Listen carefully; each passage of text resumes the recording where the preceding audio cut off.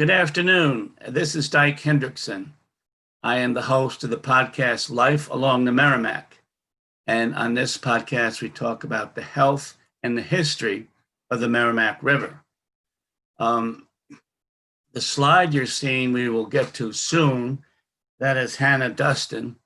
She is a legend on the river, not always for good reason. But I want to just talk about a couple things before I mention why I'm focusing on her. This was a good week for the Merrimack River because we're concerned that the river is getting dirtier, not cleaner, because of CSOs. Those are combined sewage overflows. That's when a lot of rainwater gets into sewage treatment plants. Treatment plants can't handle all of the effluent and the water, and they're discharged into the river. And millions of gallons are discharged each year into the Merrimack River. This is not good. Public officials are aware of this. In fact, leaders of the Environmental Protection Agency in Boston are always on top of communities on the river to clean up and improve their sewage treatment plants. Now, I've been to many meetings. I'm a former reporter for the Daily News. I used to cover the waterfront. And I know at some meetings, people feel that the EPA is not doing enough or public officials are not doing enough. But this week, there was an important breakthrough, and that was the EPA and the state of New Hampshire came to an agreement with the city of Manchester, New Hampshire, which is the largest polluter in terms of sewage treatment plants on the river. The river is 117 miles long. There are dozens of communities, and Manchester, just because of the size of it probably, is the worst polluter in terms of CSOs. So the feds and the state of New Hampshire and the city of Manchester agreed to a $231 million cleanup program that will take 20 years to complete, but it's a start. And what they're going to do is try to build a larger facility. They're trying to take care of more of this effluent, and they're trying to make the water cleaner when it is discharged into the Merrimack. So this is really good news. $231 million. Now, 20 years is a long time, but it does show that people are working on the plan. Manchester is trying to do a better job. And I might add that communities such as Haverhill, Lawrence, Lowell, Fitchburg are all under federal orders to improve their facilities. They have agreements with the EPA to try to do better. So I just wanted to make that point because I wasn't sure of it before I got involved in this situation. Federal officials, most of the EPA, and a lot of the communities on the river are trying to do better. It's expensive. Some of the communities like Lowell and Lawrence do not have a lot of extra money with which to make improvements. But this is, the small victories count. And this is one where, the feds and the city of Manchester, New Hampshire are saying, we approve of this $231 million plan. Get started, do your best, help clean the river. So I wanted to bring that forward because we talk about the health and the history of the river. Now, that is the health part. I wanted to talk a little about a story that's very prevalent on the river, and that involves history. This graphic that you're looking at is a statue of Hannah Duston. She was a pioneer woman living in Haverhill with her family. She had 8 children.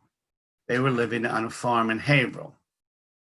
In about 1797, the farm was attacked by Indians or Native Americans. Hannah and one of her children was kidnapped. Two of her children, actually. They were kidnapped and taken down the Merrimack River by Native Americans. Her husband and her 6 other children managed to, no, they weren't there at the time, so they weren't taken. But Hannah, her 12-year-old son, and her baby daughter, who was a week old, were taken. So they go up the river towards New Hampshire. And here, the story really gets graphic and perhaps even a little controversial. Hannah was terribly upset, of course, to be kidnapped. Her 12-year-old son was very upset to be kidnapped. And according to the story, the Indians killed her 1-week-old baby, even before they got into the canoes to go upriver. This obviously is greatly upsetting. And so one night when they were camped out on their way to a destination upriver that she didn't even know about, it turned out to be near Franklin, New Hampshire.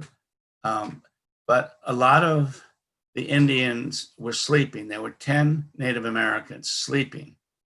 She was able to get a hatchet, and you can see a hatchet in this graphic, and according to the legend, killed all 10 of the Native Americans, 4 of whom were children, 2 of them women, and several men. So at the time, and she and her 12-year-old son escaped. They got back to their place in Haverhill, and they came with scalps. She actually scalped the Indians because at the time, there was a bounty on the scalps of Indians. Now, granted, this is 1797. It's a long time ago. Things changed, but it's an example of, in fact, I'm going to change it. It was 1697. So this is very early in the day. I'm going to actually change that out of my notes. And they were still giving bounties for scalps. So at the time, not too much was made of it. There were no newspapers. Social media was, going to the town well and talking to people. But about years later, she was heralded for having the courage to do this. Mothers knew how distraught she was. People knew how they were scared of Native Americans in those days. In recent years, it's come under a little controversy like, oh, really? You killed 10 Native Americans who actually were living in the province. They were sleeping. You killed 4 children, several women, several men, scalped them, got money for the scalp. So there is a bit of controversy to it now. But years ago, about a century ago, they put up this statue of Hannah. This is Haverhill, downtown Haverhill. It's at the park. The City Hall of Haverhill is behind this, and of course, the American flag. So this is one of the images I'm going to have in my book that I'm writing now. It's titled Merrimack, the Resilient River. And this is a very significant story. It is passed along. And I would mention that historians say that this was the first statue of a woman in the United States, and it has been updated several times. But this statue, this particular one, was made more than a century ago. They have earlier ones elsewhere, and there's also a remembrance up in New Hampshire near Franklin. So she has been heralded in 2 states, in 2 parks, many monuments. And I was just in New Hampshire recently also. I was in Haverhill this winter. As you can see, there aren't many leaves on the trees.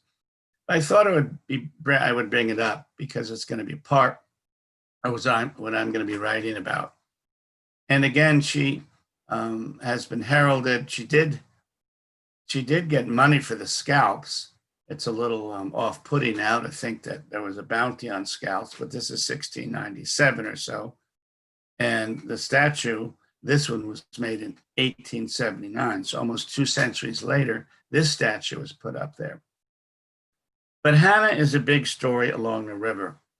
And there was a book written recently. Well, recent is relative.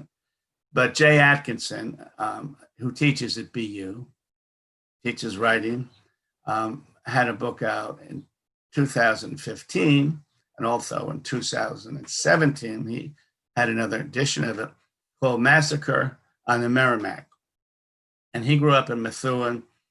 He starts the book out by saying, geez, when I was a kid, we used to drive past Haverhill. We saw this statue. Excuse me. I'd ask my father about it. He would say, well, that's Hannah. She was the one who killed the Indians on the Merrimack River. So as a boy, he heard about it.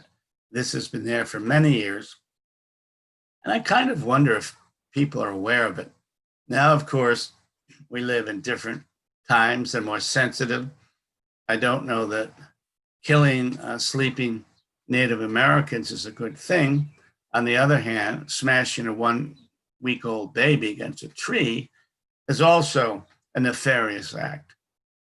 So to me, it's an interesting story. It's in Haverhill, and it will be part of my book, Life Along the Merrimack. No, that is the podcast. My book is Merrimack, the Resilient River. And I think I have perhaps a photo here.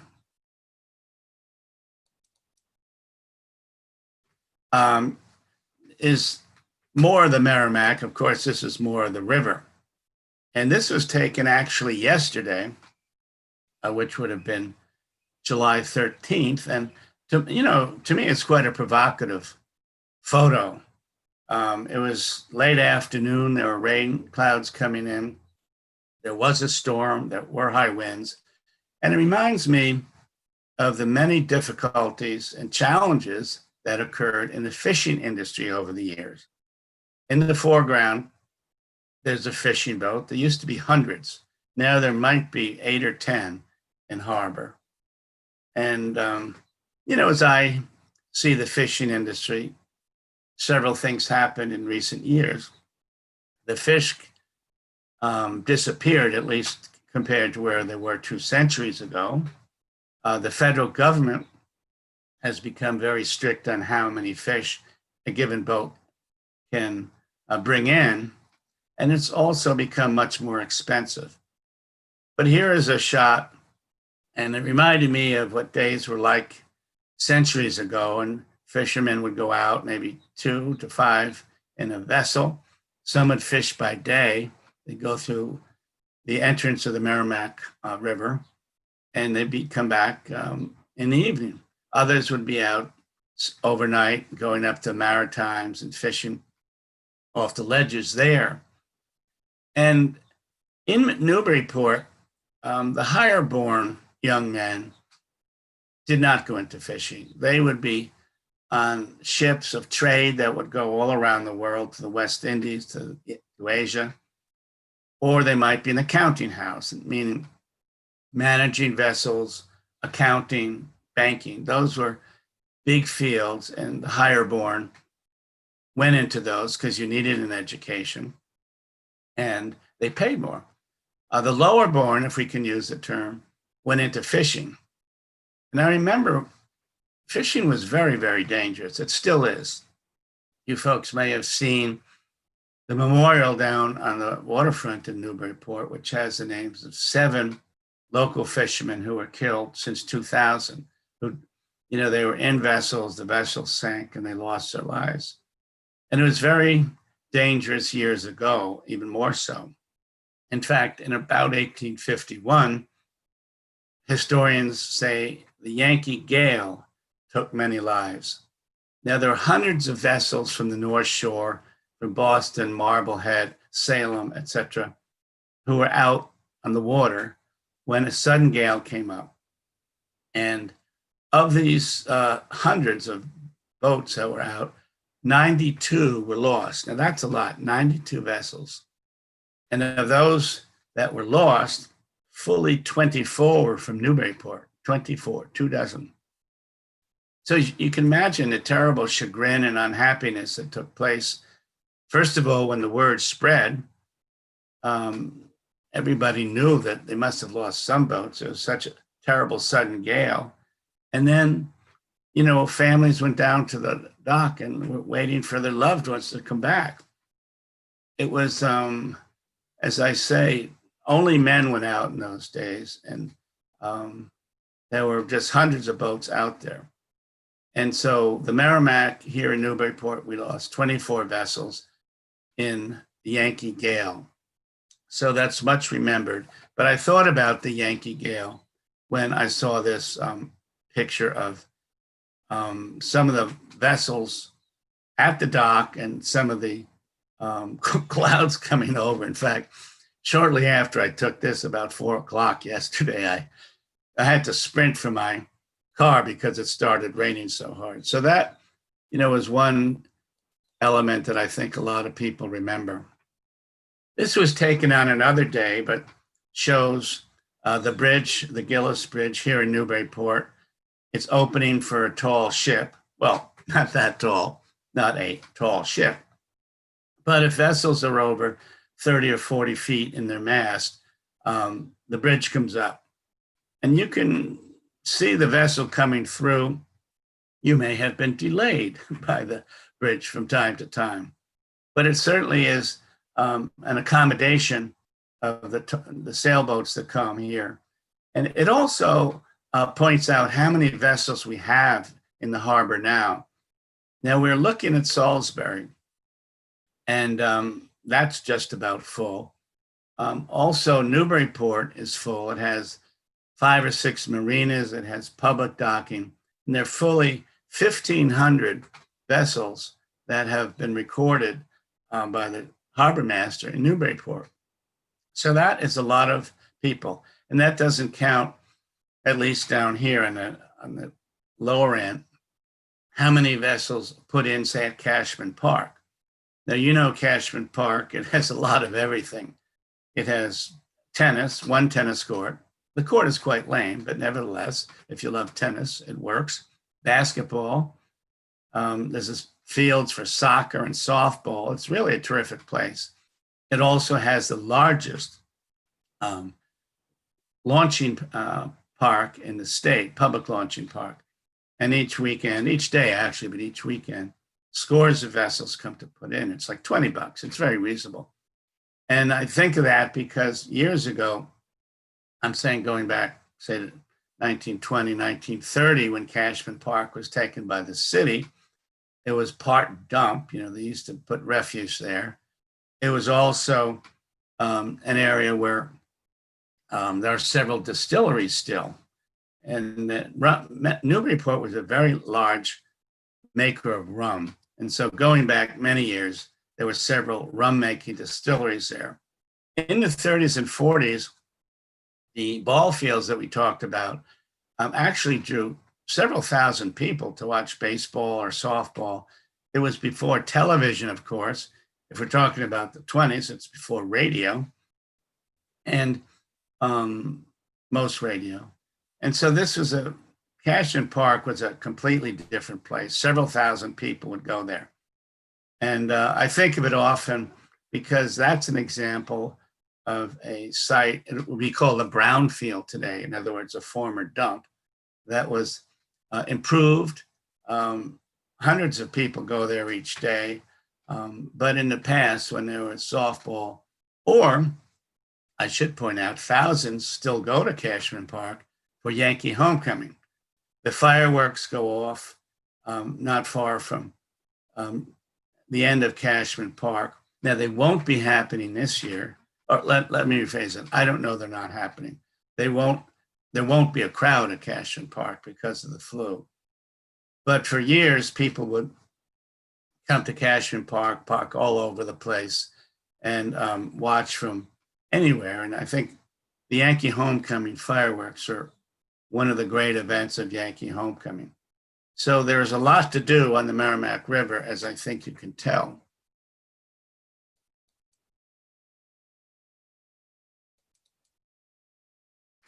This is a photo that I like. This is the entrance of the Merrimack River, where the Merrimack River meets the ocean. This is down where they keep the party boats, the Charros party boats frequently docked there. And this is just beyond the Charros property.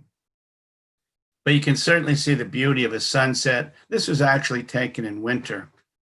and you can see the beauty of the sunset, the vast expanse of the river. Newburyport's in the background. I think you can see one of the water towers up near Anna Jake's Hospital.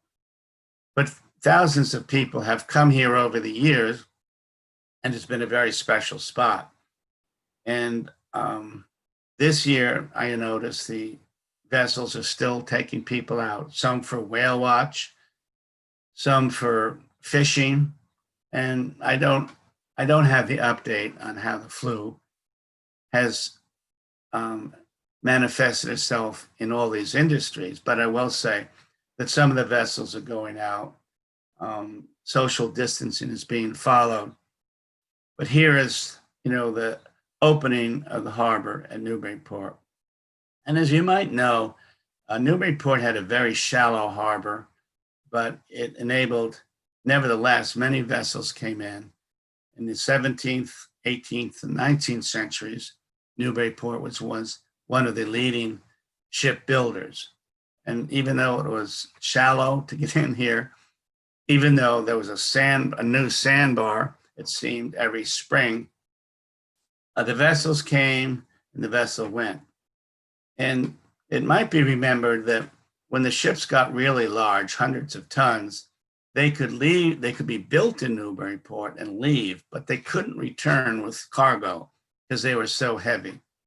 So the last big tall ship was built in about 1893. It was a Symington.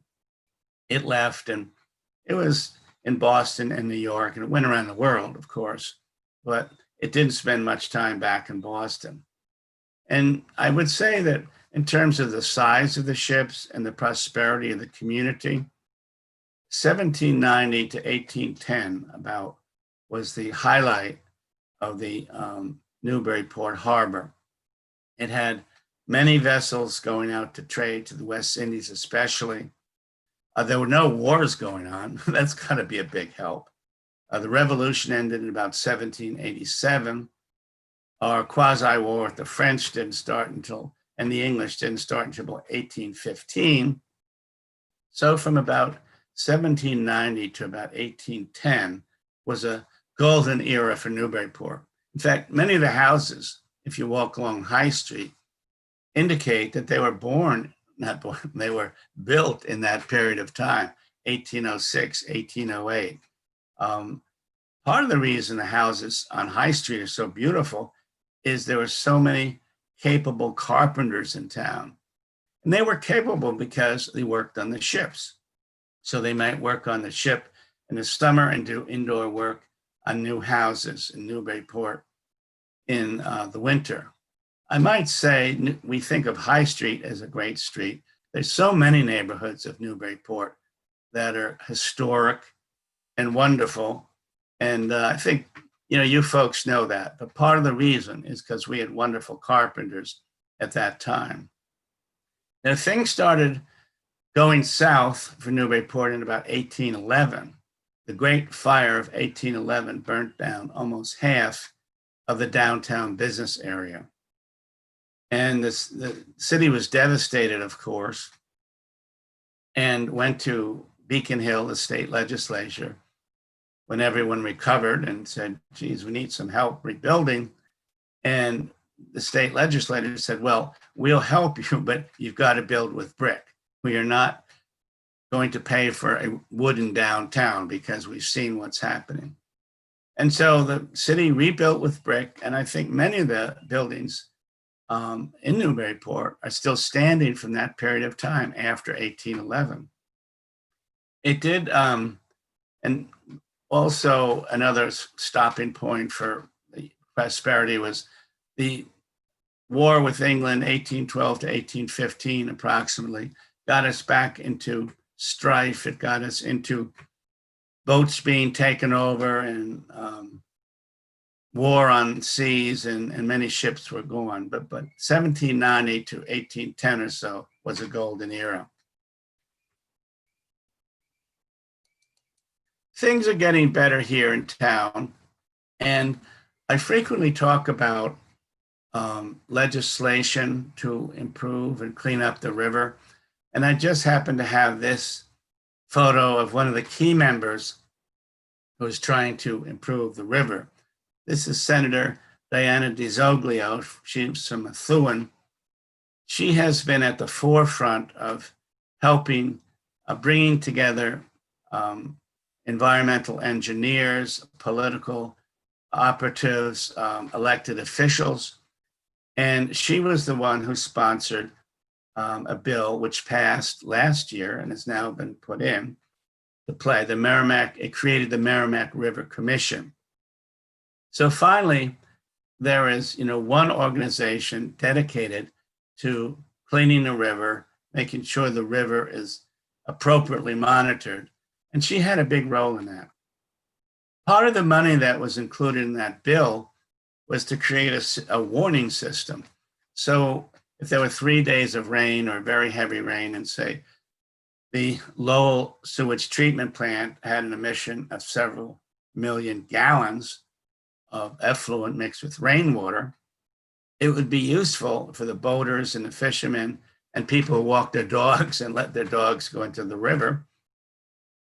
It would be helpful for them to know that there has been a discharge and it's coming their way.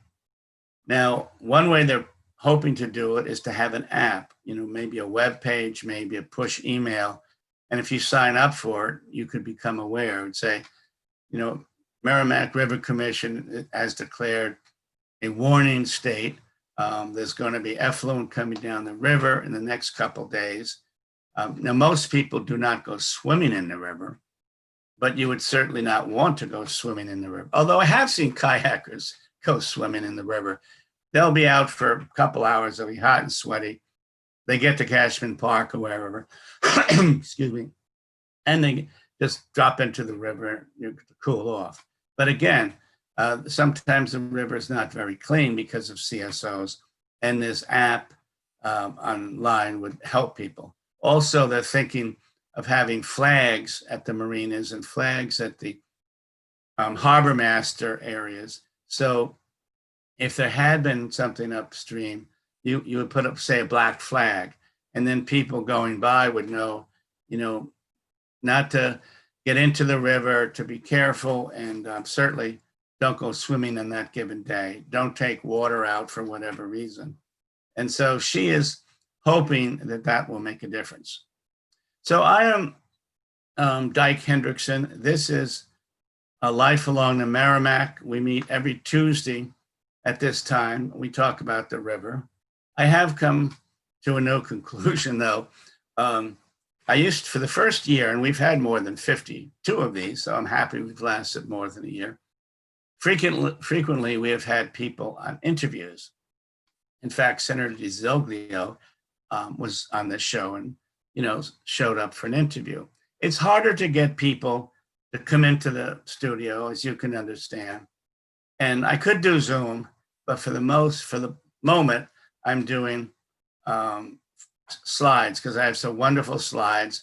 And now that I've learned more about how to get them on, I'll be able, when I talk about the history, talk about the health, I'll be able to show them as well. And I plan to do something on August 4th. I have written a book on the Coast Guard. I have 35 slides. I hope to meet with someone. And so August 4th is the birthday of the Coast Guard. The Coast Guard was founded in Newburyport, and on August 4th, which is a Tuesday, happily, I hope to give a slideshow on the Coast Guard. So that's it for me. Thank you very much for being with us. We're seen on YouTube. We're seen on cable. Please look for us if you've missed past times, and we'll be there in the future. And in the future as well, we're going to have slides of the Coast Guard. So thank you very much. We'll see you another time or on YouTube. Thanks a lot.